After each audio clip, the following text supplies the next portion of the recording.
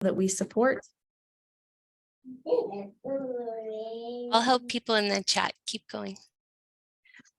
We generally host asylum seekers in between the time they file for asylum and the time they receive their work permit, and they are able to become independent. However, in this recent crisis, with the arrival of so many people, we have also leveraged our knowledge and our relationships to help people who have A numbers, who have registered with the government, to help find midterm housing, roughly 3 months, because we hope that at that point of time, they'll have found their feet and made enough connections and found work to settle well here in Colorado. So that's basically what Chan does. I believe we're going to be playing a video that actually appears on our website and talks about it. It's a video of people who have hosted and what their experience is, and what they'd like you to know about what actually hosting looks like. So before we play the video, I'd like you to write down your answers to the questions. And so if you need a minute to get a piece of paper or a pencil, please do that. So the first question is, what does it mean to have a home? What does it mean to have a place to go to, a place that you call home, a place that you belong?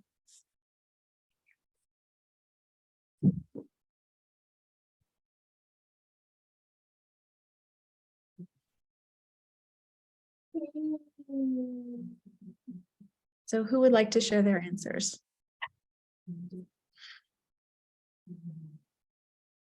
You can also put your answer in the chat if you'd like.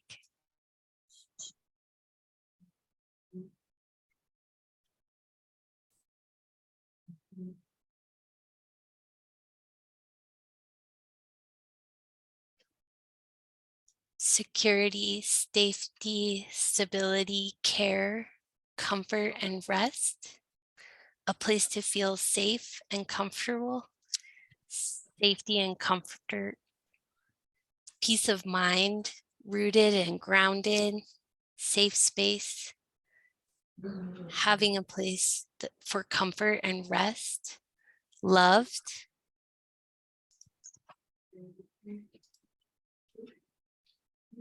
Thank you so much for sharing. Those are all beautiful aspects and a lot of different ways of approaching a home. Each person has things that are really important to them.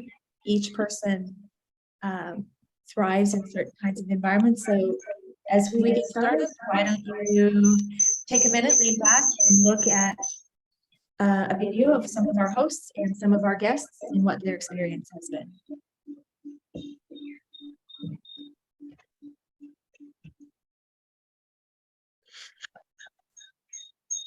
And if everyone can mute first, that would help. Okay, here we go.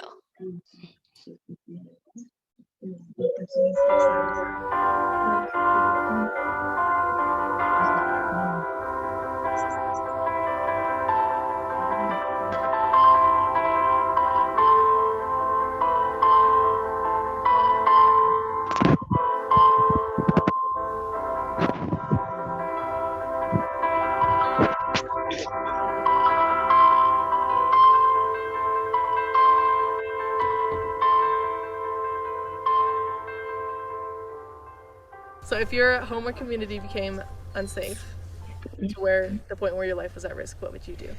If I had the means, I would leave. I would move. Probably, I don't know, move. If things became unsafe to the point where my life was threatened, surely I would pack up my family and leave and find a safer place. I would leave. I might move. I would leave. I would go searching for a place that I did feel safe and a place that I felt welcome and I could come home to. We believe seeking asylum is a fundamental human right. And while each country has its own process in determining who's granted asylum, every individual on this planet has a right to seek asylum.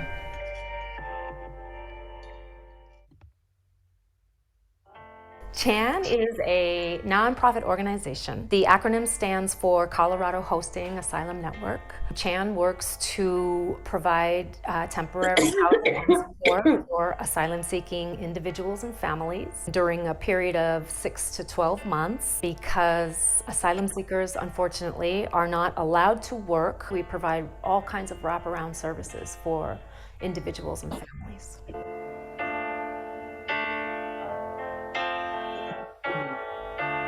Is there anything about your background that you feel comfortable sharing? My experience back home is wild, and I have a terrible experience back home. I know that something happened to me, and I'm really feared of my life. And I'm telling them this is because I'm a part of the LGBT. It's a very homophobic country. You can't have a conversation with anyone in my country like that because people are very homophobic, they're judgmental, so you have to be careful who you're having a conversation with because they're gonna judge you or they're gonna say something about you. Asylum seekers are people who have suffered violence, threats, persecution in their country of origin. They are people who have reached out to the local authorities for protection. They are people whom the local authorities cannot or will not protect. And they are people who consequently have to flee their homes in order to keep themselves and or their family members, including children, alive. Asylum seekers cross into the United States and immediately make a claim for asylum. They must state that they are afraid to return to their country of origin. Their cases are deemed credible enough to be released from detention. They are released to a sponsor. Seeking asylum is a legal form of entry under U.S. and international law. Seeking asylum is a complicated and lengthy legal process that can take up to 4 or 5 years. Multiple hearings are required before an immigration judge reaches a final decision. And the burden of proof rests solely on the shoulders of the person who is petitioning for asylum. What that means is a person's oral testimony is not enough for that person to win a case in immigration court. Evidence is needed and expected. So things like pictures or text messages or voicemails that document the persecution that the asylee experienced in their country of origin is fundamental. Other types of evidence that are useful to an asylum claim are police reports or hospital reports from a person's country of origin, or written statements from eyewitnesses to the violence or the persecution.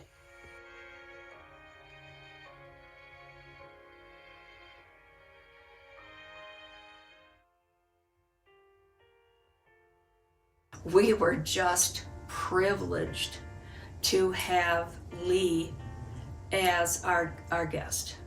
Lee's story moved me very deeply, and my sheltered life was in very sharp contrast to his. Having him in our lives, I know the whole group was changed because of him.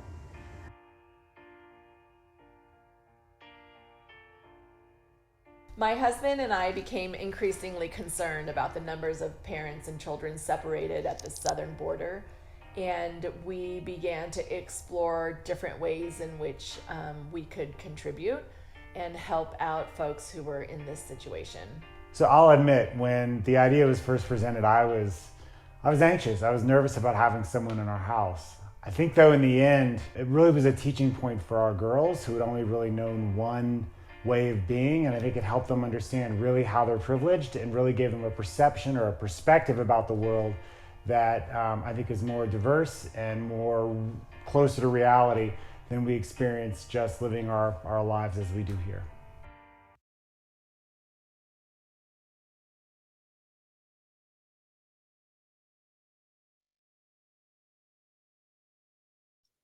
You're muted, Denise.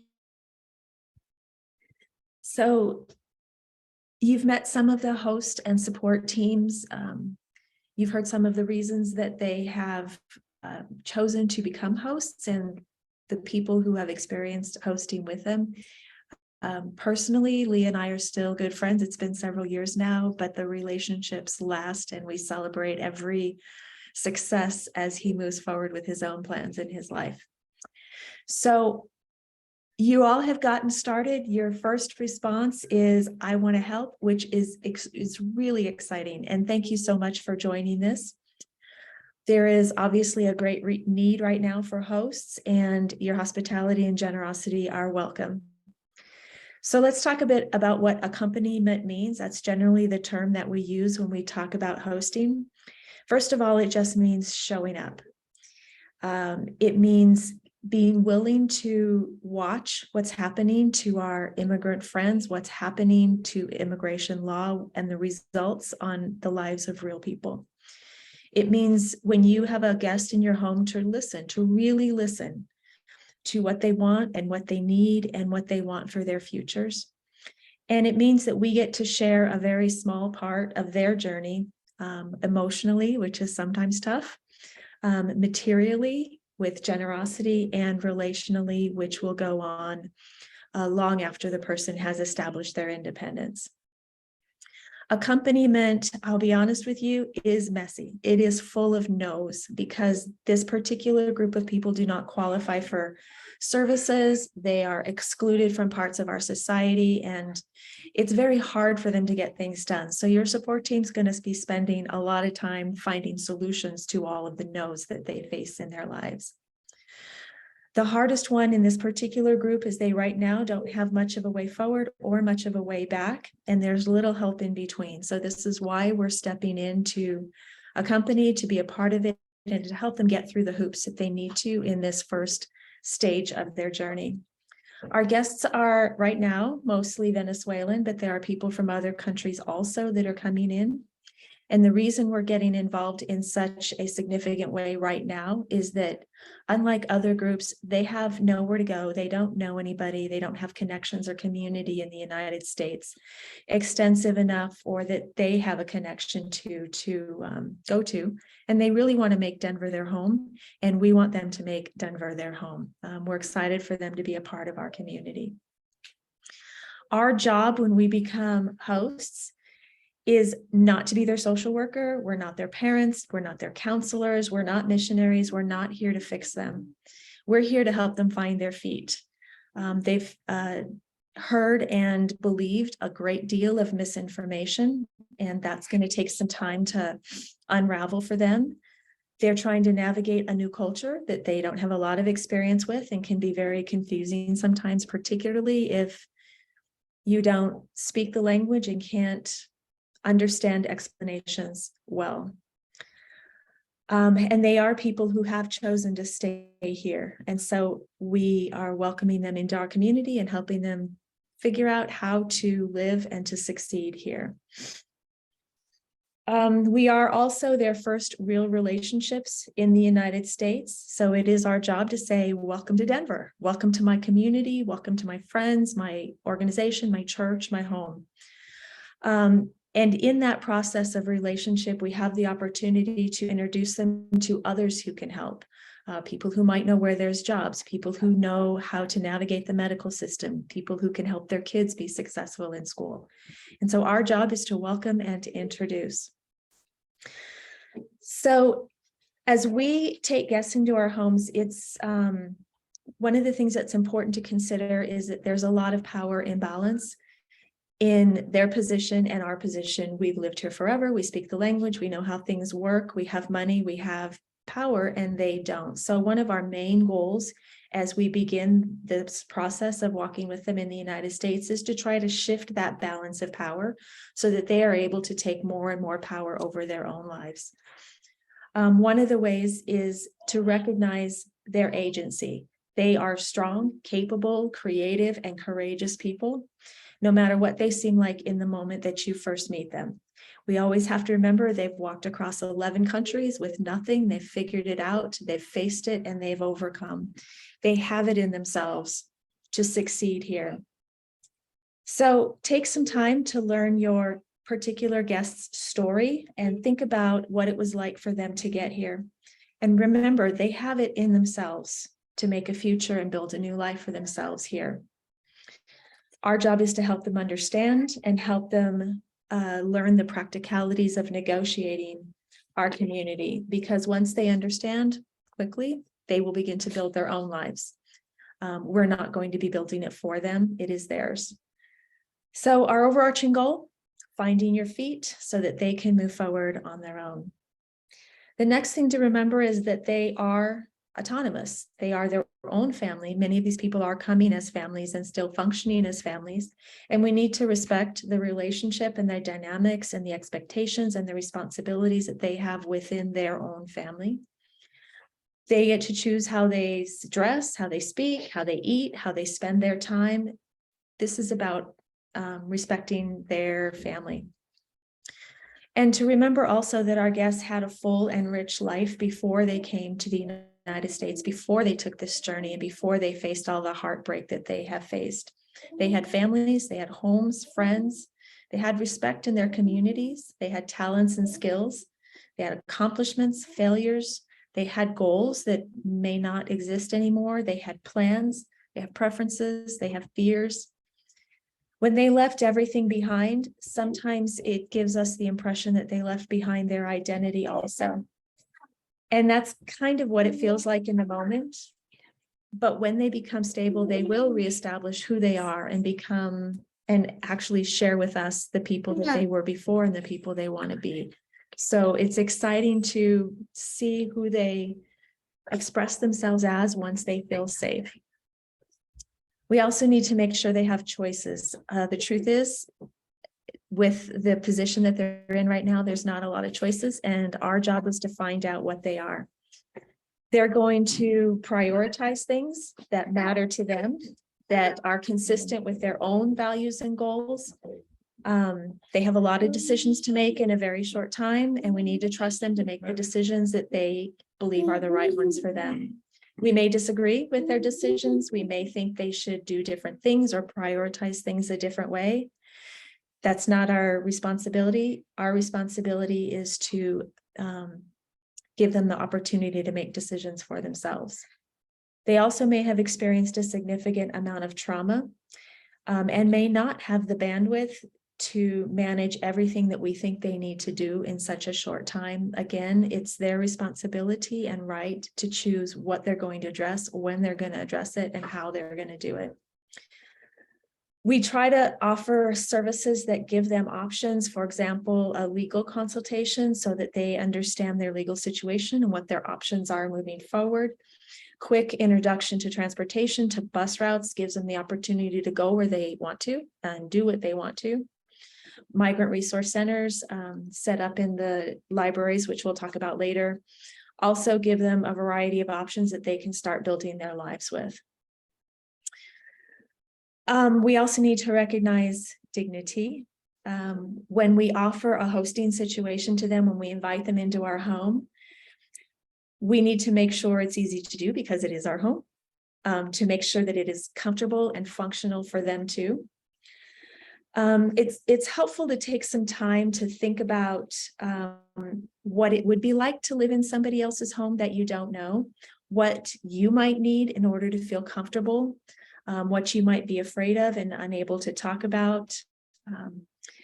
So take some time to think about what would make your life easier and ask them what would be make their life easier too. As you get to know each other better, those conversations come easier.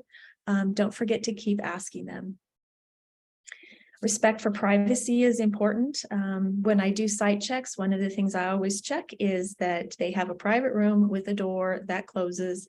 And most of our hosts generously also offer living spaces and playrooms and other things that the family can use entirely on their own as their own family. They also are adults who want more than anything else to provide for themselves and to build their own lives. Sometimes it's very hard to be dependent on somebody else to give you things that you as an adult have always provided for yourself. So in the beginning, it's helpful. They're honestly going to be asking you probably for work before they even get in your car, because they want to not only provide themselves for their family that's here, but they also need to provide for families that they left behind. It's a big responsibility, and the men particularly are pretty anxious to get started about that. So once they settle in, if you can find opportunities for day work, if you know people who need their houses cleaned, or you know somebody who has a business that matches their skills, or you know somebody that is willing to hire somebody without work permits, please jump on that, even if it's day work, even if it's one day. The more money they have, the more they can buy things for their own families, their toys, their favorite food, clothes they like to wear. So the opportunity to earn money is great. By the way, the minimum wage in Colorado went up this year. It's now $13.65, and they need to be paid at least minimum wage. So thank you for asking your friends and everybody if they're willing to hire them, either short-term or long-term. So the next question that when I talk to people about being a host, the next question is, what do I need to think about? There are several things that you need to think about before somebody comes in. One of the documents that we are sending out, it's called 7 Tips, and you can spend more time with that. It's much more lengthy than what I'm going to talk about. But the first thing is to think about, what do they need? They need privacy. They need safety. They need their own space. They need a place to put their belongings. They need a bathroom, just very practical things. The next thing to think about is eating. Very practical. Do you want to share meals? Do they want to share meals? Do you want to split up cooking time where they cook for their family, you cook for your family? Do they have space to store their food? Do they have the opportunity to go to the store and buy food they like? For my personal family, one of the things I discovered very quickly, I've hosted 4 families now, is that within a week, and people would start feeling comfortable, mom wanted to cook food for her family, and she wanted to eat in the middle of the day, because that was when they eat their major meals. So it worked out well for us to hand over the kitchen for a few hours, and she cooked, her family ate, they cleaned up, then I cooked for my family. And we sat at the table together, we visited, but that allowed everybody to participate in something normal for their own family.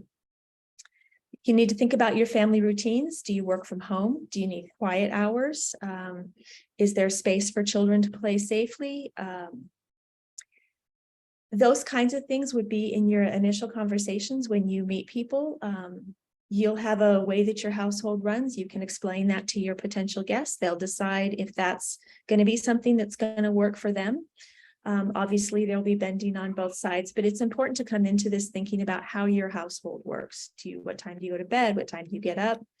Do you have a lot of people coming in and out? Do you have pets? Things like that.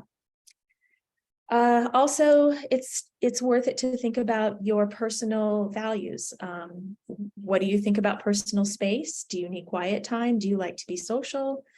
Do you value cleanliness? Are you comfortable with messiness? These are all things that will prepare you to be a good host. And so again, check out that 7 tips. It'll help you think through things, make a list, and understand who you are, what kind of host you be, and what kind of situation would be a good match for you. Next question, how much does it cost to host? It is our experience that hosting generally costs between $500 and $1,500 for the 1 month to 3 month space, and that would include extra groceries, gas, clothing, school supplies, a variety of things. If that number is going to be difficult for you, please don't let that stop you. Some teams, some support teams and hosts take on that cost entirely. They get stuff donated, they get money donated, they want to help. Some teams cannot afford that cost. You are welcome to bill everything to Chan. If you like, we would reimburse your expenses, or you can find some space in between. Perhaps somebody in your team will want to, for example, buy the phone, take care of the phone plan, get it set up, and that's their contribution. Things like that are helpful. but Chan will also participate in the costs of hosting. Next question, what if I don't speak Spanish? Google Translate is your new best friend. So we do work hard to put somebody on every team that does speak Spanish and hopefully is culturally competent too, so that they can help facilitate longer conversations, answer questions, and be a resource for our guests to speak freely and extensively without the language barrier. So that will be an important part of your team. And who can help me? It is a lot of work, especially in the first month. We'll talk about that in a minute, but we do work hard on making sure you have 3 or 4 other volunteers in addition to your family, neighbors, friends, whoever that can help share the work, who can, for example, enroll a child in school and be the parent-teacher liaison. So teamwork is key. That makes it work. There's a lot to do. So think about your neighbors, your family, your friends, your community organizations, and your churches. For who might be interested in sharing this journey with you. Chan will also be looking for volunteers who live in your area that want to join teams. We also will connect you to other partner organizations that provide specific services, such as legal consultations or food banks, things like that. And we also have a really long, boring resource manual that explains everything that has to be done, what it looks like, who to call, where to go. What it looks like when it's finished. It answers every question that all of our teams have had up to this point and has wisdom contributed by all of the teams who have found solutions to hard problems. So you will have access to that too. So any questions you have, somebody has done this before, I'll introduce you to people. I can answer questions myself. I can point out resources. You should not have to reinvent the wheel because people have done this before you, and they can help you find your way to the unique situation that you will be experiencing. So the next question is, okay, I'm ready to go. What's going to happen once the family moves into my house? First of all, we cannot offer a ready-made life. We can only offer what we have. We have a short list of things that must happen during that period of time. So that first month, a whole lot happens and your support team and your volunteers are going to be super helpful in getting it done. First question, get to know each other. Just take a few days to relax, to get to know each other, to have conversations, to find your rhythms together. You'll figure out together how to use spaces in the home, how to use appliances, adjusting household schedules to each other to find a comfortable rhythm for both families. And they have the opportunity to meet neighbors and get to know the neighborhood a little better that they're going to be living in. Many people come with not much in the way of clothing. It's what they had in warmer climates. So winter clothing, more clothes, personal items, hygiene items, all of those things need to be purchased fairly quickly, particularly if the weather is very cold like it is right now. Early on, we will be arranging a 1-hour legal consultation where the lawyer will meet privately with that person, go over their papers, explain what they mean, what their responsibilities are, what their options are, and give them the opportunity to ask questions about how to move forward so that they can choose how they want to move forward in the future. Many of our guests also come in with medical issues. That can be an illness that they currently have. It can be an untreated injury that they had on their journey. It can be pregnancy. It can be chronic medical needs that have not been treated. So your guests will need to register for the DFAP program. That's actually in the manual. You explain more about that later. And they need to locate the nearest clinic so that they can have ongoing care after they leave your home. Emergencies can be treated at Denver Health.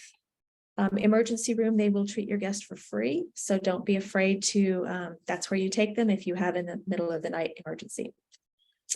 All kids need to be registered in school. It is Colorado law that every child between the ages of 6 and 17 have to attend school no matter what their immigration status is. Children also will probably qualify for the school lunch program and English language learning support. So there's more information in that in the referral doc that you would receive with your family. Transportation is important. That means learning bus routes and buying bus passes. That gives them the freedom to go find work, to go to the store, to visit friends, to go to church, whatever it is that they want to do independently and on their own. And the most important thing that needs to happen fairly quickly is obviously work. They will be working without a work permit for at least part of the period where they're with you.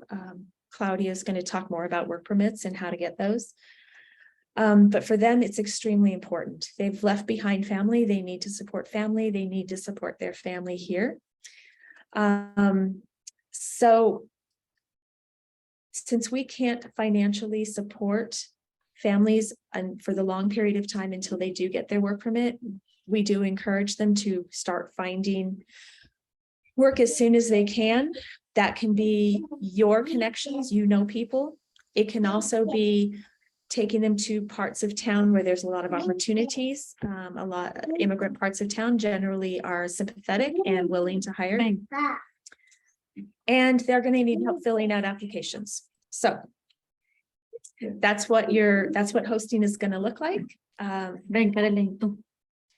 Thank you so much, Denise, for all of that really important information. I have compiled some questions that I'm going to go ahead and we'll spend about 3 to 4 minutes on those questions. Know that if I don't get to your question, we're going to have another question and answer period, and I'll get to your question then. But yeah, I wanted to start out with, could you say a little bit about what it looks like in terms of matching up folks who have a space, who've decided they want to do this?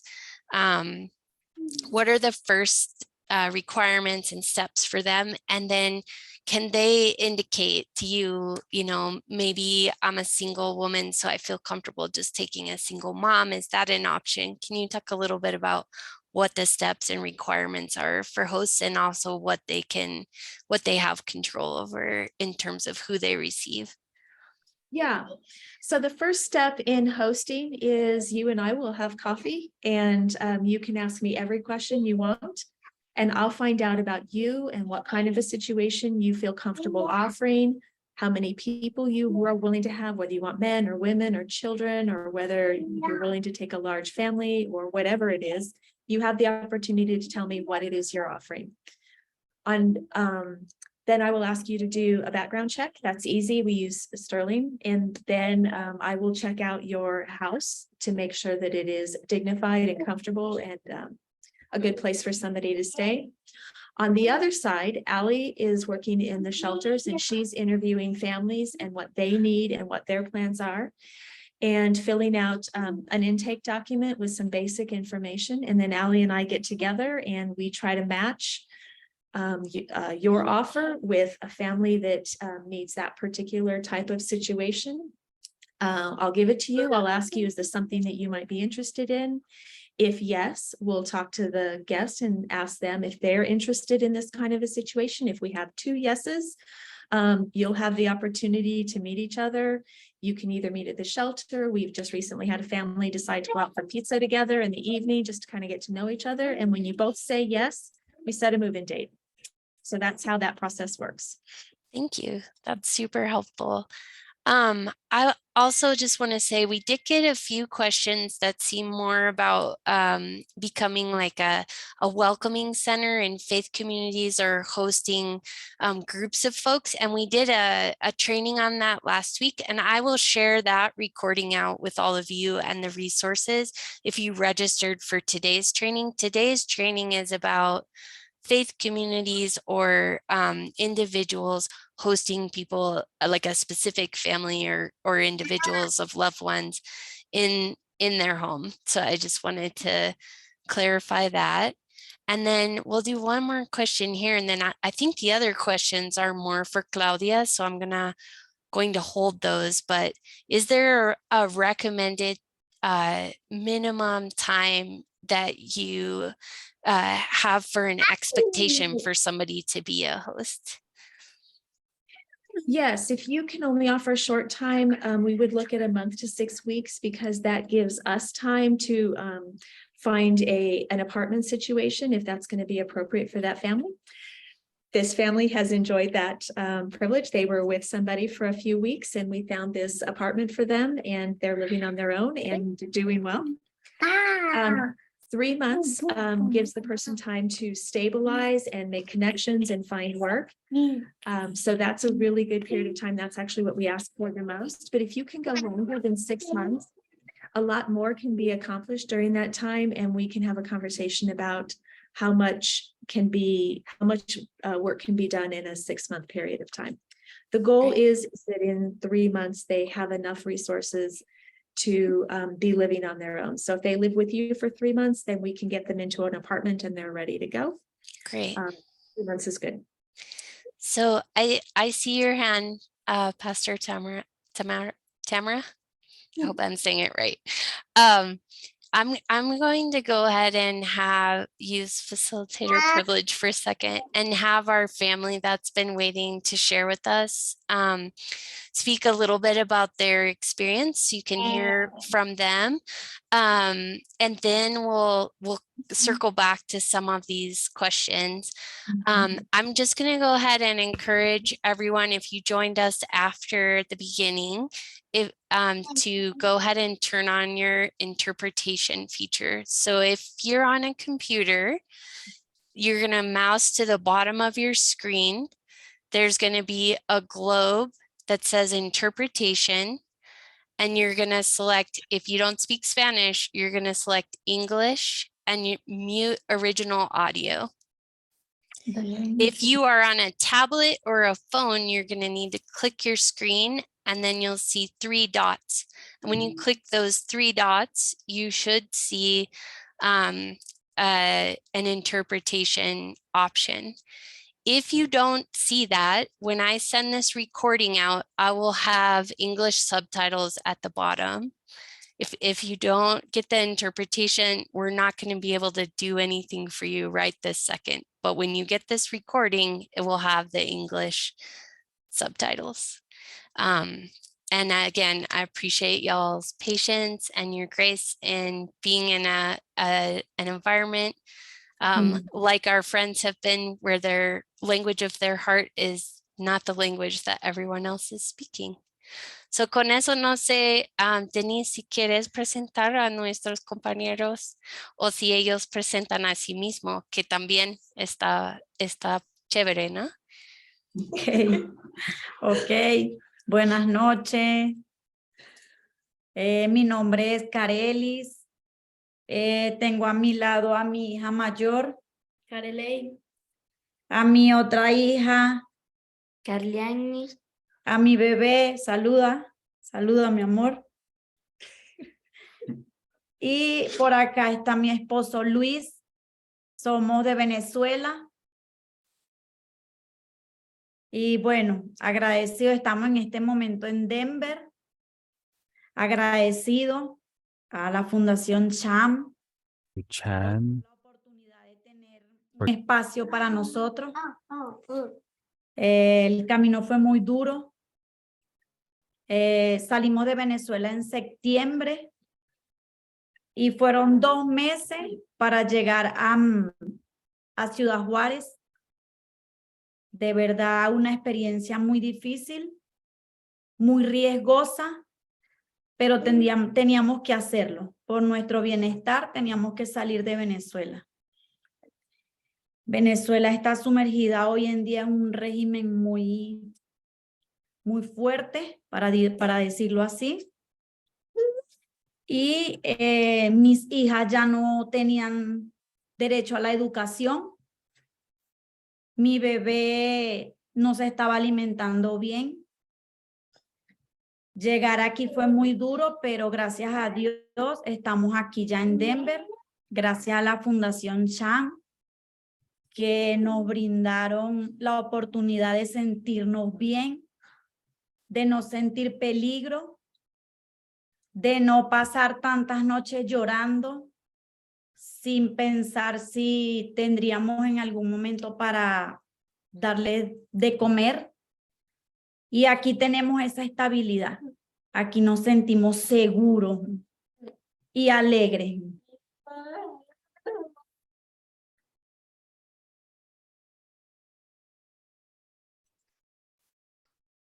Muchas gracias por compartir.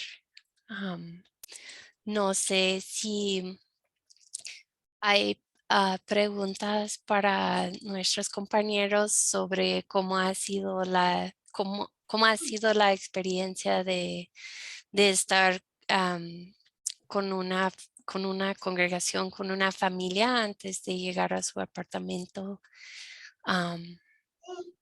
Si pueden poner esas preguntas en el chat, voy a hacer algunas preguntas a Denise de los que venían, pero si tienen preguntas para la familia, pueden ponerlo en el chat y también podemos hacer esas preguntas con justos. Ok. Yeah.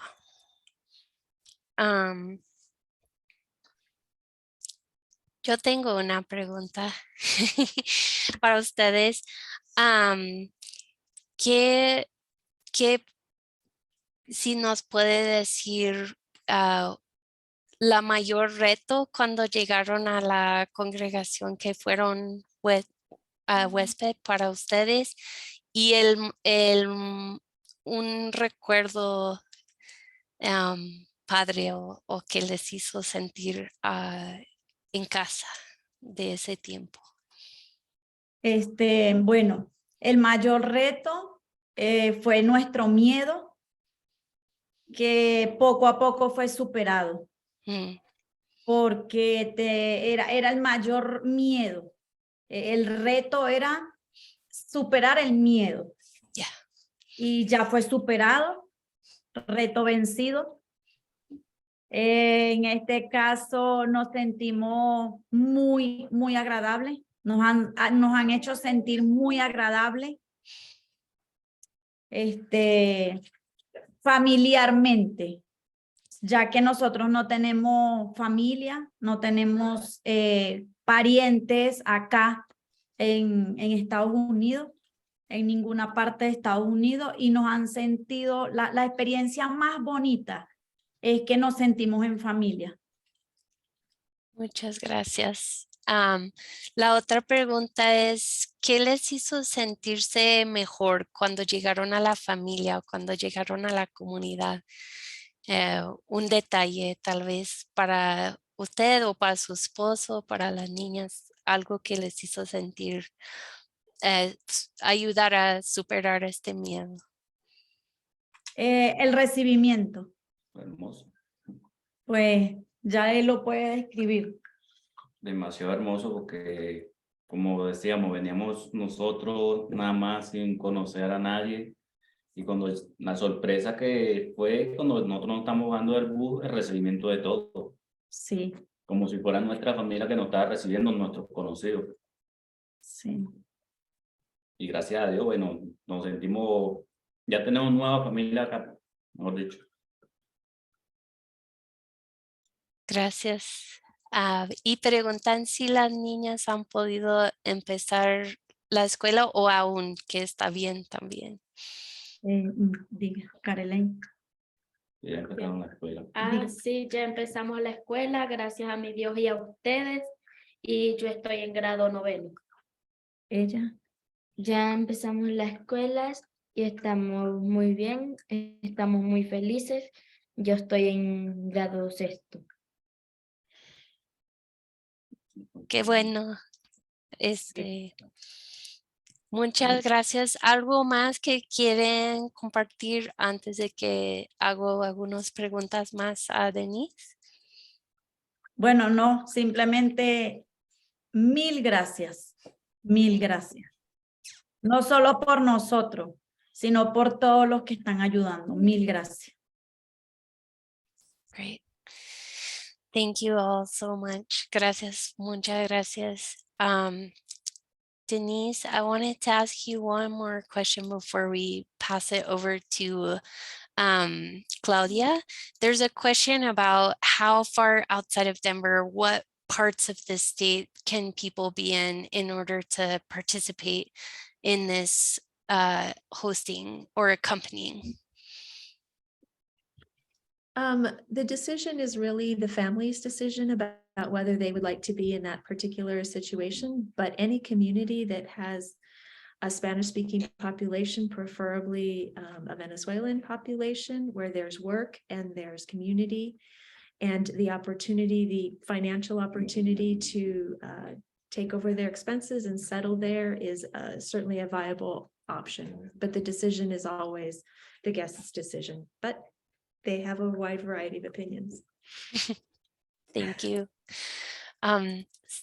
We're gonna go ahead and I don't know if Claudia is on. I haven't had a chance to look. Are you there, Claudia? I'm gonna have Denise go ahead and introduce you. And then also, if when you turn on interpretation, if you muted the original audio, you might need to unmute to hear that, the English speaking. So I'll turn it over to you, Denise. Yeah, so I'd like to introduce Claudia from Claudia Villa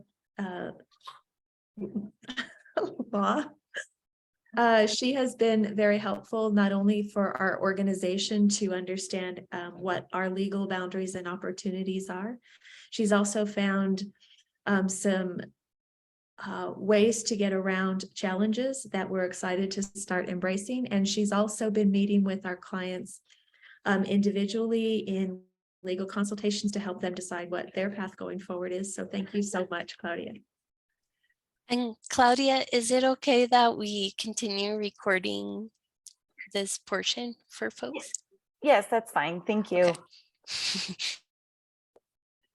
Hi, good evening, everyone. My name is Claudia Villa. I'm an immigration attorney here in Denver, Colorado. I work with several groups that help several nonprofit groups that help immigration individuals. I am on the board of Casa de Paz, which is also an immigration-focused group here in Aurora, Colorado, who helps people who have been recently released from detention. And I am collaborating with Chan and helping kind of assess the legal situation that families are in. Hola, Caralis, Luis. I've actually spoken with him before, so se ven bien. And I think I can take questions. I think that's probably what people want to hear from me. Yeah, I think the first question is, can people access any services while they're waiting to hear if their asylum is granted or not? I mean, in terms of like federal benefits that we usually think of when we're helping someone who might be low income or working class. What's available to people while they're waiting for a year or 2 or 3 to hear back on their asylum process? Yeah, I'm not necessarily a benefits expert, but just generally speaking, they don't have access to a lot of the federally funded programs that most people think of when they think of social assistance.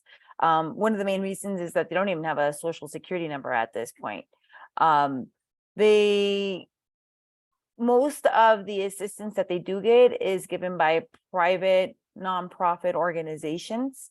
It's very limited. Schooling, for example, is one of the things that they do have, that the kids have access to, and families are very grateful for that. But short of that, there's a lot of clinics in Colorado, for example, that will give some medical assistance on like sliding scales and whatnot, but there's not really any federally funded sources that immigrants can tap into. So really, these groups are heavily dependent on all these organizations to assist.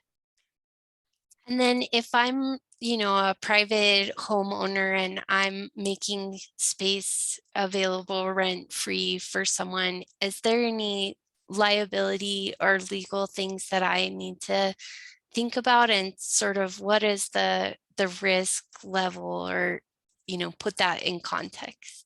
I know you can't give direct advice and everyone's situation is different, but in general, is there anything I should be thinking about? That's a really good question. So, and it almost kind of spans the scope of just immigration, really. But generally, if you are housing immigrants, there's a big consideration regarding as to whether or not they have been processed through immigration, if they've at least begun that process.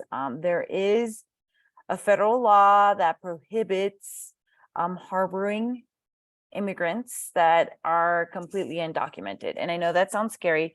What that means is people who have crossed without turning themselves into immigration, without being processed by some kind of DHS agent, people who, and I don't like using the word illegal. That's just not a word that immigration attorneys like to use. It's or alien really, but anybody who has crossed into the United States undocumented means they did not present to themselves at a border to ask for asylum.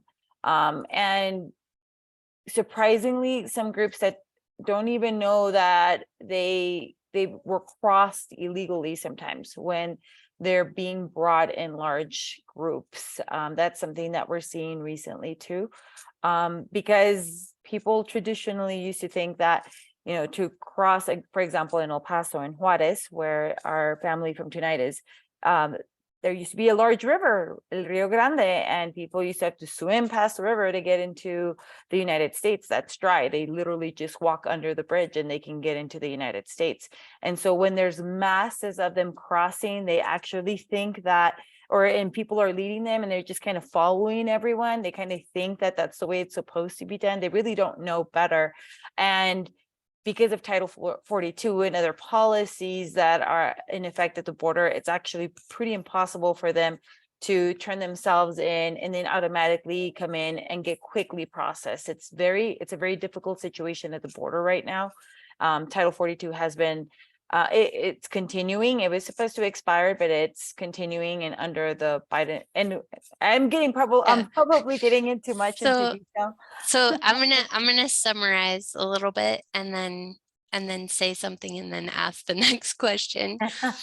So you know, if there was, you know, the resources and an administration who really wanted to make a point, they could potentially look for people who are housing folks who are undocumented and then try to charge them, but we have not seen that. Thank you for bringing me in. That was my point. That was my point. Yes, if somebody's undocumented, technically you're aiding and abetting and harboring an undocumented person. Now, it's my understanding that Chan is actually working to make sure that most of these people have been processed through immigration, either by self-reported or they were at the border and they got processed there. So Chan is actually working to make sure that the families that are being placed have been processed. So I think that at least alleviates that big issue of potentially aiding and abetting and harboring an alien or an undocumented individual.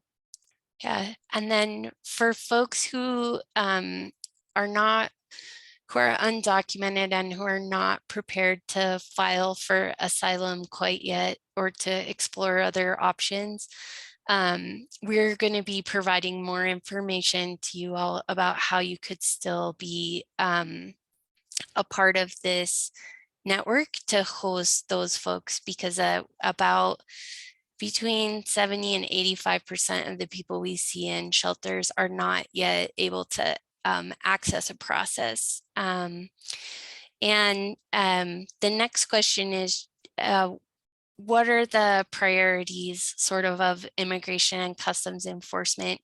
You know, are they usually looking for folks who've already been through a process and have a deportation order? Are they, you know, searching for folks who are lending a room in their house right now? Yeah, the enforcement priorities changed under the Biden administration. And right now, the highest priority in terms of enforcement, meaning that they are going and trying to arrest or, you know, deport, are people who have criminal records, people who even people with prior removal orders aren't high on the list right now. And I'd say based on what's going on in the border, really, the priority is enforcement at the border, returning as many people as possible under Title 42 right now. But the priority is not small families residing in private homes, you know, people who have recently entered, have zero criminal history. As a matter of fact, I'd say that family units are very low on the priority list for enforcement. And then my next question is, I understand the Biden administration has applied this thing we keep talking about, Title 42, which is a power to sort of close the border under public health law that both President Trump and President Biden have used to interrupt asylum applications. So if I am Venezuelan right now, can I go and ask for asylum at the border, or is that option totally closed to me because of Title 42? It's not totally closed, but it's not the preferred method of processing. There is a program called Parole that they've opened up to a few more groups, including Cubans, Haitians, Venezuelans, and then it was originally started with the Ukraine immigrants. So that is supposed to assist individuals, and if they have a sponsor in the United States, they can apply for an individual who's trying to come to the United States. There is a limited number or small window of individuals that are allowed to immigrate every day under Title 42. And that line, as you can imagine, is incredibly long. Otherwise, you are forced to stay in the border towns and Juarez and on the Mexico side. And conditions there are really dangerous. So people get very desperate, unfortunately, waiting. And sometimes there's just no communication. The numbers obviously go up quickly. And right now we don't have any direction on how they're processing and who they're processing at this time. Thank you so much for all of that. I'm just gonna look quickly.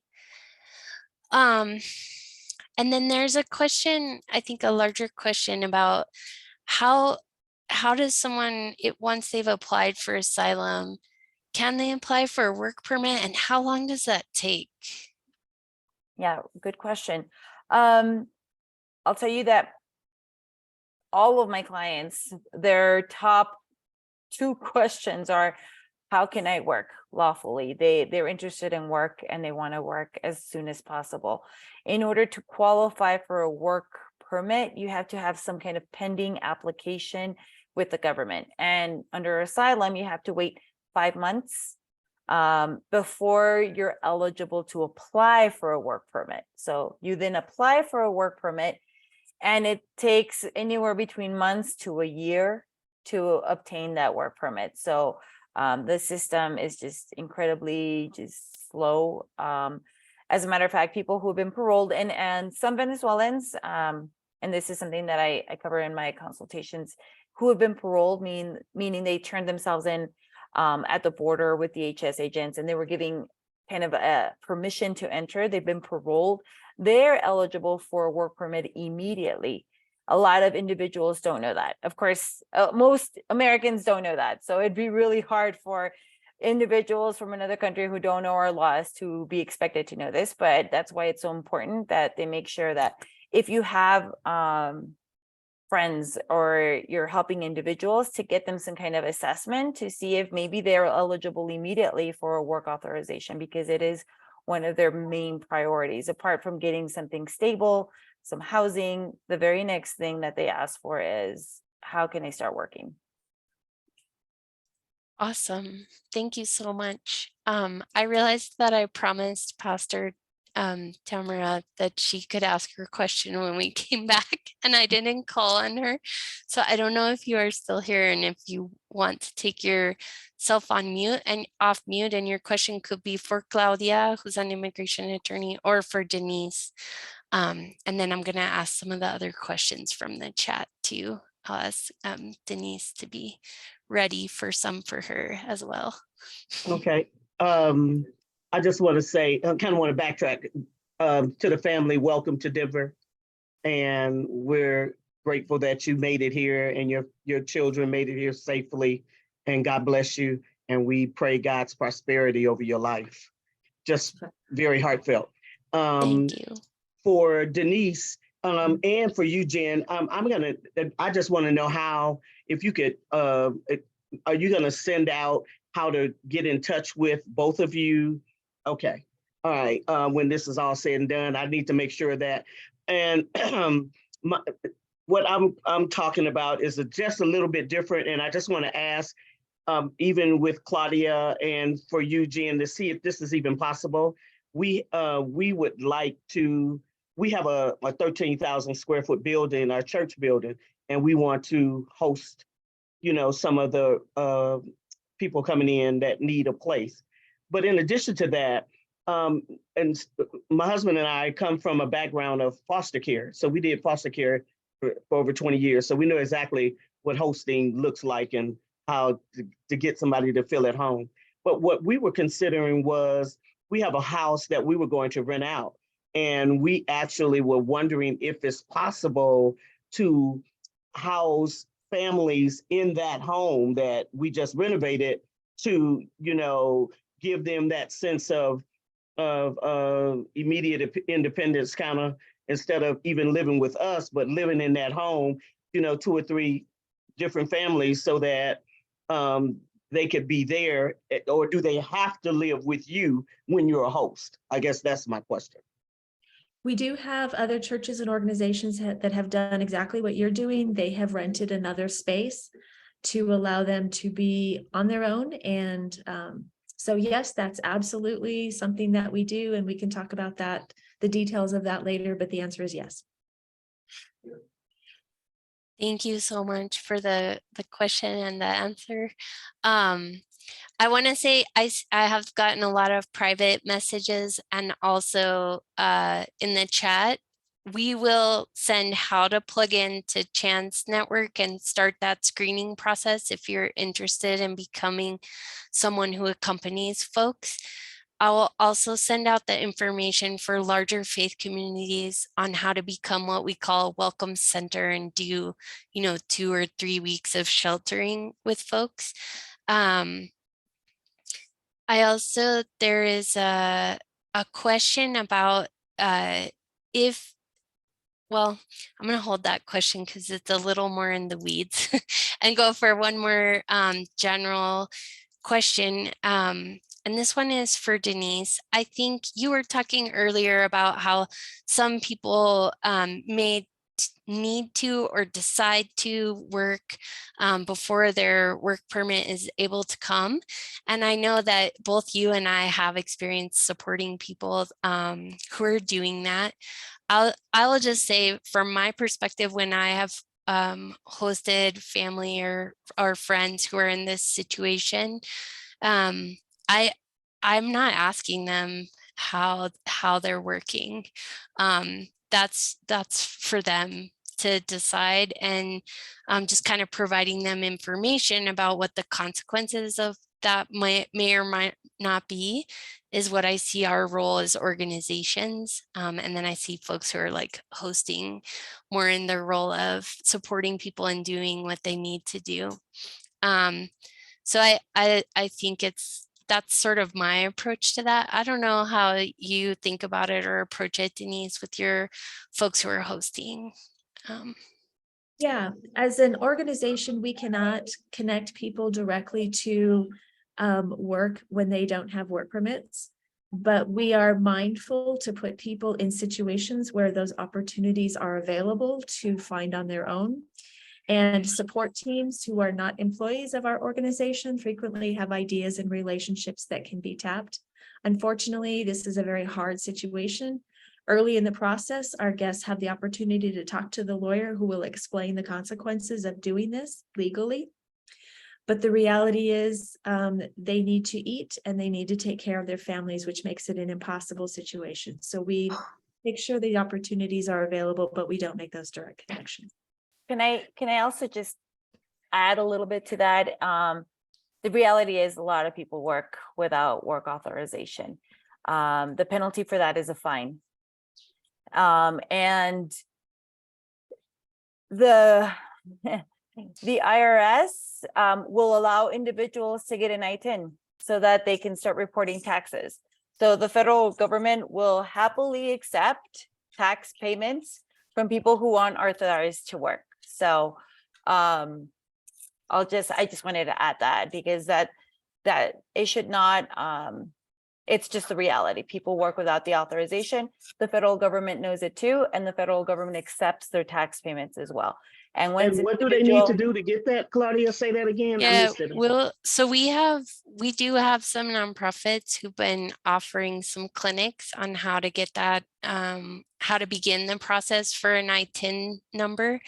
And perhaps we can do a little training for folks who are accompanying down the road, because that is complicated, and we wouldn't get to the bottom of it tonight. But it is accessible, and it is something that 11 million people do on the regular in the United States. How long does it normally take for someone to get matched once they've started the process to accompany, or to be ready to accompany someone, Denise? Yes. As soon as you have a conversation with me and you have your background check and I've been to your site, which takes a week or so, then we start looking for matches, and as soon as we'll start sending those to you probably within a week. And as soon as you guys agree, you and them agree, you could potentially be placed between a week and 2 weeks. When someone donates to Chan, some of that goes to support your very small staff, but then some of that also goes towards sometimes placing folks in apartments or other opportunities. Can you talk a little bit about if a community was to fundraise for Chan, where those funds would go? So the vast majority of our money, at all of the donations coming in at this point, almost are going to support the people who are arriving. Basically, $5,000 will pay for deposit and application fees and 2 months of rent. Another $1,000 will pay for the stuff they need to get started, clothes, groceries, things like that. But in addition to that is, if we have signed a lease, we have to put $5,000 in reserve to make sure that we can honor our 6-month lease commitments should something happen. So we have $5,000 in reserve for every lease we're on. Everything else, we rent apartments, we reimburse team expenses for hosts, we pay for legal consultations, a lot, stuff like that. And this is part of why it's so important to have folks who are able to host for 6 weeks or 3 months rent free, because that really allows people to get on their feet and be able to absorb those costs and become independent themselves. But when there's not another option, I would say I've seen Chan use sort of the first month's rent and deposit as a last resort, and do a lot of really amazing negotiating with landlords for lower cost as well. There's a lot of questions about whether a faith community can host a family in their congregation. You can, I think, thinking about how that space can feel like a family space, and that people can be independent inside that space. So you don't need like a church person there 24 hours a day. But at the same time, how can you ensure that the space isn't isolating? And I'm speaking to this from my experience with Sanctuary, which is a similar kind of thing. Making sure that the faith, there are folks who are going to visit with people who are in your faith community and give that welcome and reception that our compañeros were talking about, that they received. And again, I will provide the training materials from our last week's training that was about how to do that more congregate, 20, 50, 100 people. Those congregate settings can also be outside of Denver. Larimer County was the only county who stepped up to in response to Denver's request to try and coordinate that. So we can also talk about how to approach your county and have them approach Denver to facilitate that if you are looking to maybe host 20 or 40 people in your county. I did the math, and if every county agreed to host someone, each county would receive 23 people right now in the state of Colorado. So it's just to give a picture of how doable this is when we work together across the state. 1,500 people sounds like a lot of people, but for the size of our state and our population, it's really not that many people. So I just wanted to add that context. I also wanted to promote that we are honored to have on the call today Dee from the Office of New Americans, and she recently put together a guide for newcomers that she's going to place in the chat. Right now, that guide is only in English because it's hot off the press, but it's going to be translated into Spanish pretty soon. And that'll answer some of y'all's basic questions about what are people asking who are new to Colorado, what challenges are they seeing? So I'll ask her if she can put the link to that in the chat. And then we'll also put a link to donations for the Colorado Hosting Asylum Network in the chat. Next week, we're probably going to host one more in this series, which will be with Casa de Paz potentially, and the Rocky Mountain Immigrant Advocacy Network, to talk about the other group of newcomers that is unseen right now, which are people who are transferred from the border to our immigrant detention center here in Aurora.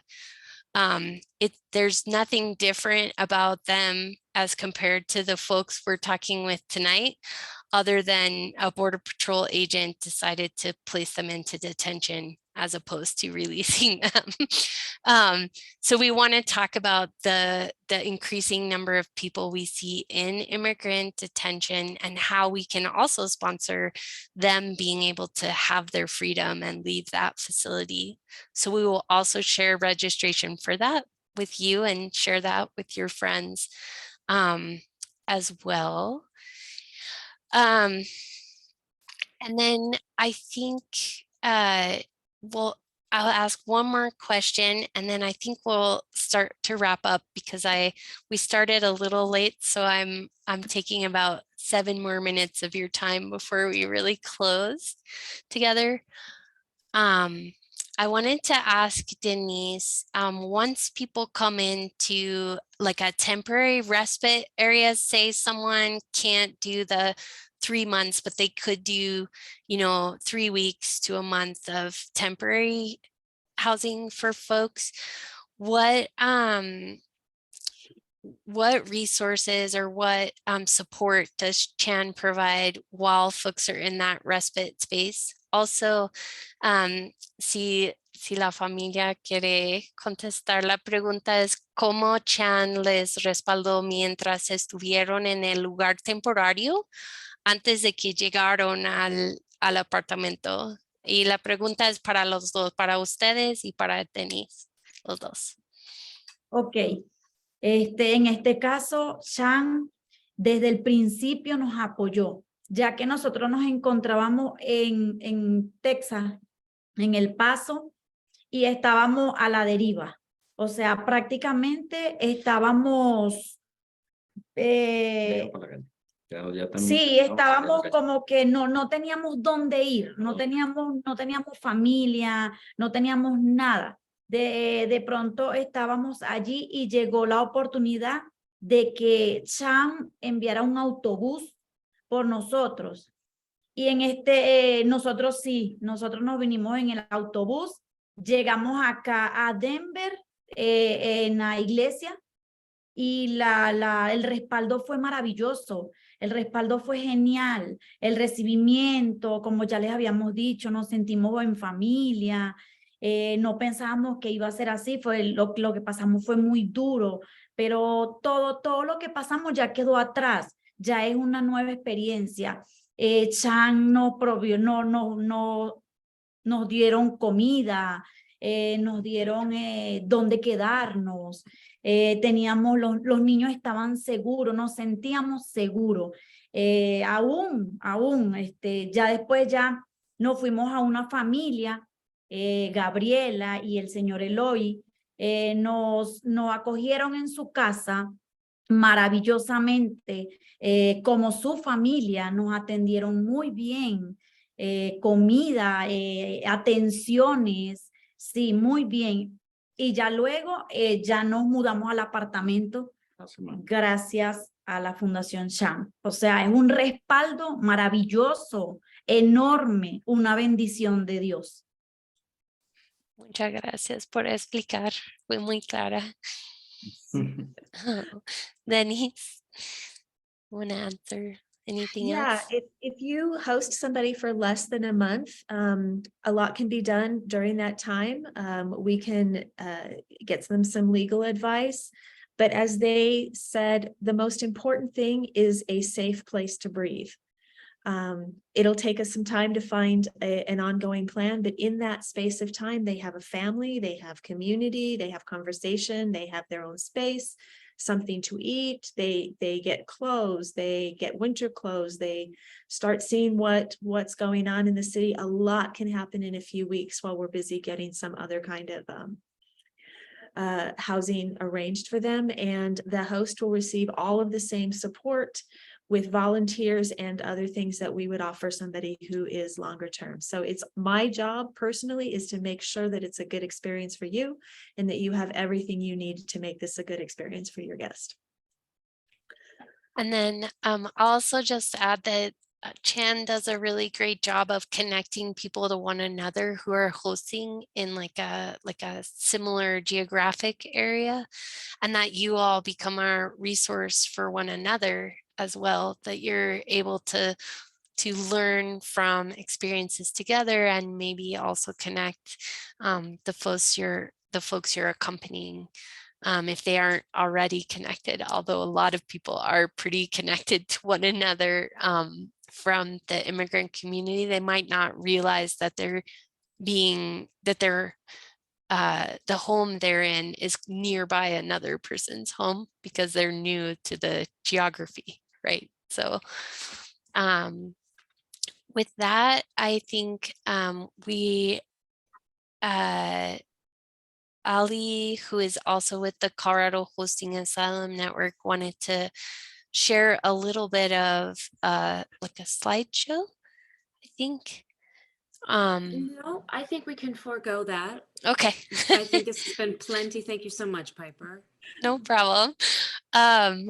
So I think thank you all so much for your patience in being with us, in committing to making this a space that everyone can access in the language of their heart. I want to give a big applause and shout out to Zoe for doing amazing interpretation all night long.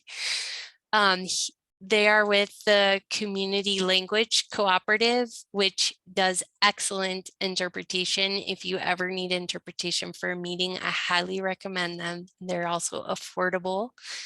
And I know we didn't answer every single question, but when we send the follow-up email, we'll include contact information for folks who spoke tonight, the handouts we reference, how you get started to register with Chan as a host or an accompanier, and how you can connect with a network of folks who will be accompanying people who are not yet in asylum or not yet been inspected by immigration. We'll share all of that with you.